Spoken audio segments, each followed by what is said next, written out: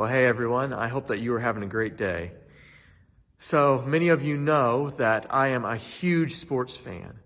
And those of us who are sports fans are really starved right now for sports. We really want some sort of sports to come back, any sort of sport, whatever it is, just so we can watch it on TV and enjoy it.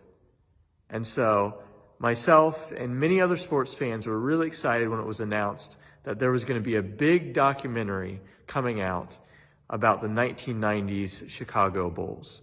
It actually started this past Sunday, and then it continues for the next several weeks as it's a 10-part series looking at the Bulls of the 1990s.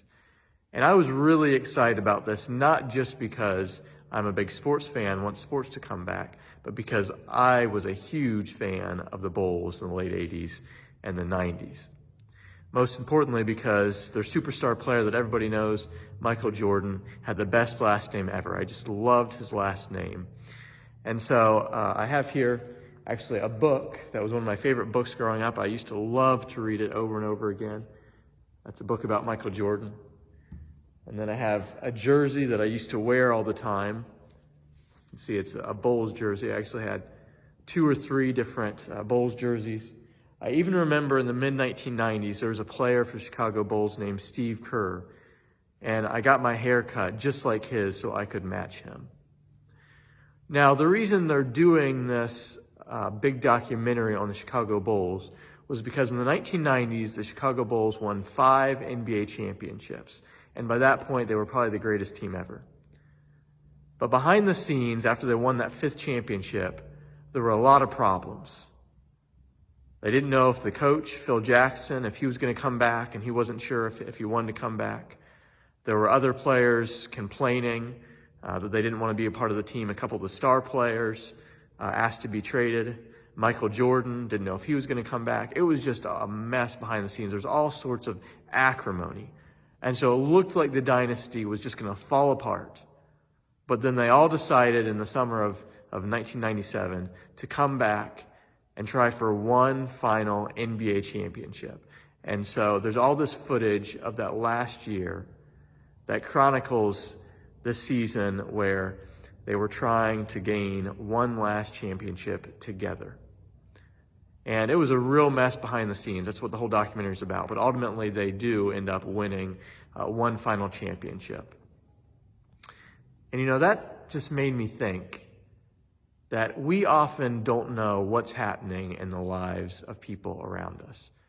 Because here was this great team, this dynasty that everybody thought was the best team ever, but nobody had any ideas about all the problems and the conflict that was happening behind closed doors.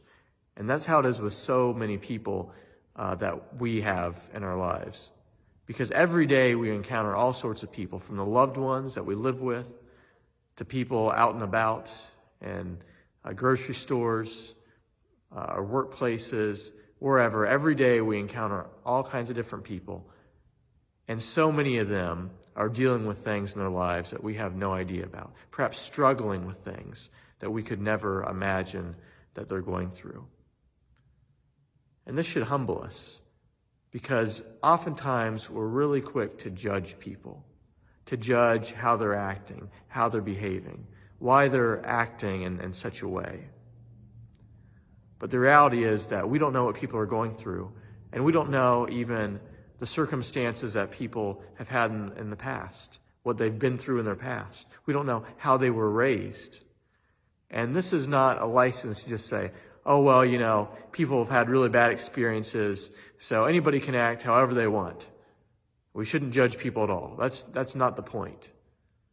The point is that we should be careful about being quick to judge, that we should be mindful that people's reality and people's circumstances are a lot more complicated and complex than we, in our shoes, might be able to understand.